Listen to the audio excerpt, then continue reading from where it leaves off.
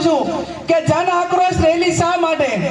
આજે બનાસકાંઠાનો ખેડૂત વાવનો ખેડૂત સોયગામ બાબર કમોસમી વરસાદના કારણે એને એટલું બધું નુકસાન થયું છે કે જેને સરકારે આ સમયની અંદર મદદ કરવાની જરૂર હતી, પણ જે પ્રમાણમાં નુકસાન થયું, અહીંયા મુખ્યમંત્રી આવ્યા, મીડિયા વાળાને બધાને સાથે લઈને આવ્યા, મંત્રીઓ આવ્યા અને એવડી મોટી જાહેરાતો કરી કે અમને પોતાને પણ એમ હતું કે આ કપરા સમયની અંદર સરકાર કંઈક સારી મદદ કરશે, પણ આજ સુધી આ દિવાળી તો ગઈ પણ હજુ આ શિયાળાની સિઝન આવી તો આજ સુધી પણ આ ખેડૂતોને કોઈ વળતર મળ્યું નથી। એટલા માટે કરીને આ કોંગ્રેસના આગેવાનોએ અમારે સરકારના કાન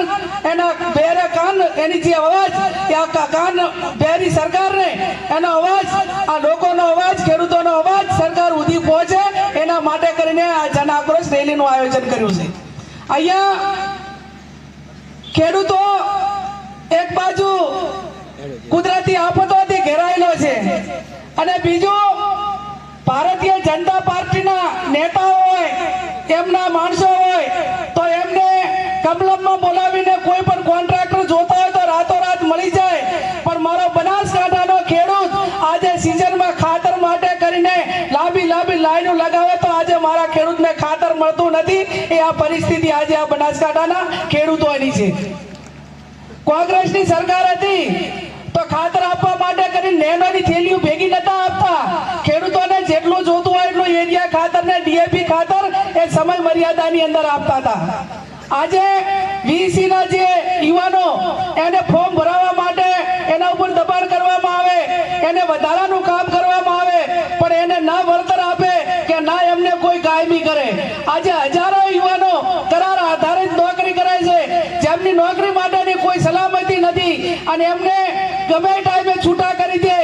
આ પરિસ્થિતિ ગુજરાતની છે ત્યારે કરાર આધારિત યુવાનોને કાયમી કરવામાં આવે એટલા માટે આ જન આક્રોશ રેલીનું આયોજન કરવામાં આવ્યું છે। આવા અનેક મુદ્દાઓ જ્યારે આપણી સામે છે, માપણી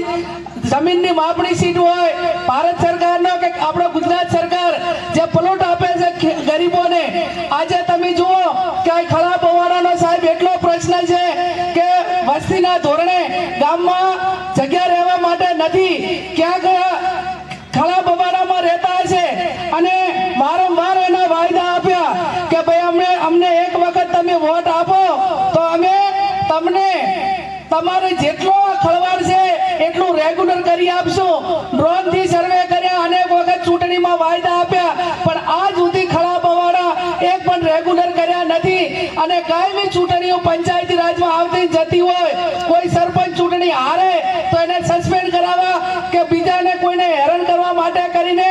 હાઈકોર્ટ સુધી જઈને દબાણ દૂર કરાવે અને મારા ગરીબોના ઝૂંપડા આ બનાસકાંઠાના વિસ્તારમાં પડી રહ્યા છે ને એના માટે કરીને આ જન આક્રોશ રેલીનું આયોજન કર્યું છે।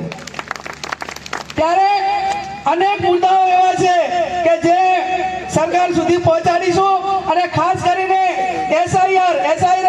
એટલે આપણો જે અત્યારે આપણે બધા જ જે બેઠા છીએ એ તમામ હાલની તારીખમાં જે સરકારે ઝુંબેશ ઉપાડી અને મતદાર યાદી સુધારણા કાર્યક્રમ કર્યો એમાં આપણે હાલની તારીખમાં કોઈ મતદાર રહ્યા નથી। આ ભારતના બંધારણમાં કોઈ નાગરિકને સમાન હક મળ્યો હોય અને કોઈ વસ્તુ મફત મળી હોય તો એ બંધારણમાં આપણને એક વ્યક્તિને એક વોટનો અધિકાર મફતમાં મળ્યો છે અને વોટનો અધિકાર માટે કરીને જ્યારે મતદાર યાદી એ વેરિફિકેશનનો પ્રોગ્રામ ચાલતો હોય ત્યારે અમુક પાર્ટીઓ જ્યારે મીટિંગ કરતી હોય તો એ મીટિંગની અંદર કહેવામાં આવે છે કે જે કોંગ્રેસને માનવા વાળા જે વર્ગો જે સમાજો છે ને એના ફોર્મ ઓછા ભરાય ને એવું કરજો। અમે એવું નથી કહેતા પણ તમને બધાને વિનંતી કરીએ છીએ કે આપણો પોતાનો એક વોટનો અધિકારનો આપણને લોકશાહીની અંદર એક વોટનો અધિકાર મળ્યો છે એ છીનવાઈ ના જાય એના માટે કરીને સમય મર્યાદાની અંદર ફોર્મ ભરાવજો। બારે આપણે મજૂરી અર્થે ગયા હોય, નોકરીએ ગયા હોય, ગુજરાતના ભારતના કોઈ પણ ખૂણે હોય તો એના વર્તમાન ફોટો હોય, એના ડોક્યુમેન્ટ હોય એ મંગાવી અને તમામ કોંગ્રેસના કાર્યકરો ગલીમાં મોહલ્લામાં બધે ફરી અને જેટલા આપણા મતદારો છે એ મતદારો પાછળ રહી ના જાય અને સમય મર્યાદાની અંદર એનું ફોર્મ ભરાય એવું કરજો। મને ઘણા બધાએ ફોન કરીને કીધું કે બેન અમારી પાસે તો ચૂંટણી કાર્ડ છે અને મતદાર યાદીમાં નામ હોય તો તમારું ચૂંટણી કાર્ડમાં નામ આવ્યું હોય પણ એ હવે બધું જૂનું થઈ ગયું। આ બધું નવા કરવાનું છે, નવું કરવાનું છે, ત્યારે આપણા મતદાર યાદીમાં પૂરેપૂરા નામ આવે અને કોઈ આપણા નામ કાઢી ના નાખે એની પણ આપ સૌ ખબર રાખજો.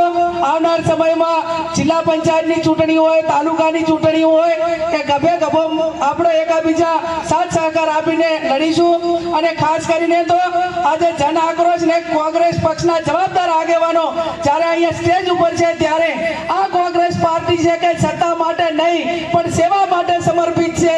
અને ભારતીય જનતા પાર્ટીના નેતાઓ એમ કહેતા હોય કે અમે કોંગ્રેસને નેસ્ત નાબૂદ કરીશું, ત્યારે આજે હું ધરણીધરના ધામમાંથી એમને ચેલેન્જ કરું છું કે આ દેશમાંથી અંગ્રેજોને કાઢ્યા હોય ને તો એ કોંગ્રેસ પાર્ટી છે, તમારી હાથ પેઢી પણ એવી નહીં હોય કે જે કોંગ્રેસને નેસ્ત નાબૂદ કરી ગઈ. અમે કોંગ્રેસના અને દેશના ભારતના બંધારણને એક જવાબદાર આગેવાન છીએ, એક કાર્યકર છીએ. અમે એવી ભાષા નહીં વાપરીએ કે અમે ફકીરનાથ દેશમાં અમે ઝોલો લઈને જતા રહીશું. અમે હાર હોય કે જીત હોય પણ જ્યાં પણ લોકોને જરૂર પડશે, આ દેશના લોકોને જરૂર પડશે, બનાસકાંઠાના ખેડૂતોને જરૂર પડશે, સત્તા હોય કે ના હોય, જ્યાં પણ વહીવટી તંત્ર સામે લડવું પડે ત્યાં તાકાતથી લડીશું. અને અમારા કોંગ્રેસના કાર્યકરને કોઈ પણ વહીવટી તંત્ર હોય એને કોઈ દબાવવાની કોશિશ કરીને તો આ મંચ અને બધું જ એકો એક અમારા કાર્યકરના પ્રોટેક્શનમાં તૈયાર છે. અને જે પણ સત્તામાં બેઠા લોકો એટલું સંભાળજો, આ સત્તા કોઈની કાયમી જાગીરી નથી, આ તમારા બાપની કોઈ જાગીરી નથી, આ લોકશાહી છે. અને લોકશાહીની અંદર એ પરિવર્તન આવતું હોય છે. એટલે મહેરબાની કરીને કોઈ કોંગ્રેસના કાર્યકરને ક્યાંય દબાવવાની કોશિશ ના કરે. અમે ગાંધી વિચારધારાવાળા છીએ, અમે સરદાર વિચારધારાવાળા છીએ, પણ જો તમે કઈ વધારે એવું કર્યું તો અહીંયા ભગતસિંહ પણ બેઠા છે અને ઝાંસીની રાણીઓ પણ બેઠી છે. અમે અમારા કાર્યકરો માટે કોઈ પણ વસ્તુ કરવા માટે તૈયાર છીએ. આજે ખૂબ મોટી સંખ્યામાં તમે આવી અને અહીંયા બધા જ હાજર રહીને આ જન આક્રોશ રેલીમાં હાજરી આપી એ બદલ આપ સૌનો ખૂબ ખૂબ હૃદયપૂર્વક આભાર.